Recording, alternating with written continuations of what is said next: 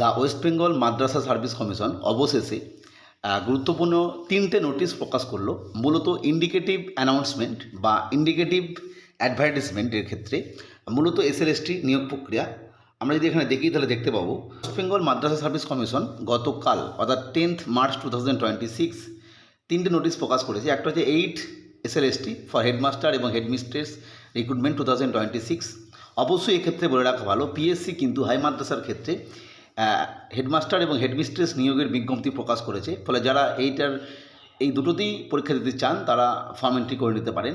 Next fresher ক্যান্ডিডেটদের জন্য second SLST for non teaching staff clerk এবং second SLST non teaching staff librarian 2026-এর যে ইন্ডিকেটিভ অ্যাডভার্টাইজমেন্ট প্রকাশ করলো এবং এখানে উল্লেখ করা হলো যে পরবর্তী ক্ষেত্রে ডিটেলস যে information regarding eligibility criteria, application procedure, examination schedule, etc. will be published on the official website of Commission on due course. অর্থাৎ আমরা বুঝতে পারছি যে WBMSC 3টে রিক্রুটমেন্ট প্রসেসের মধ্যে দিয়ে আসতে চলেছে।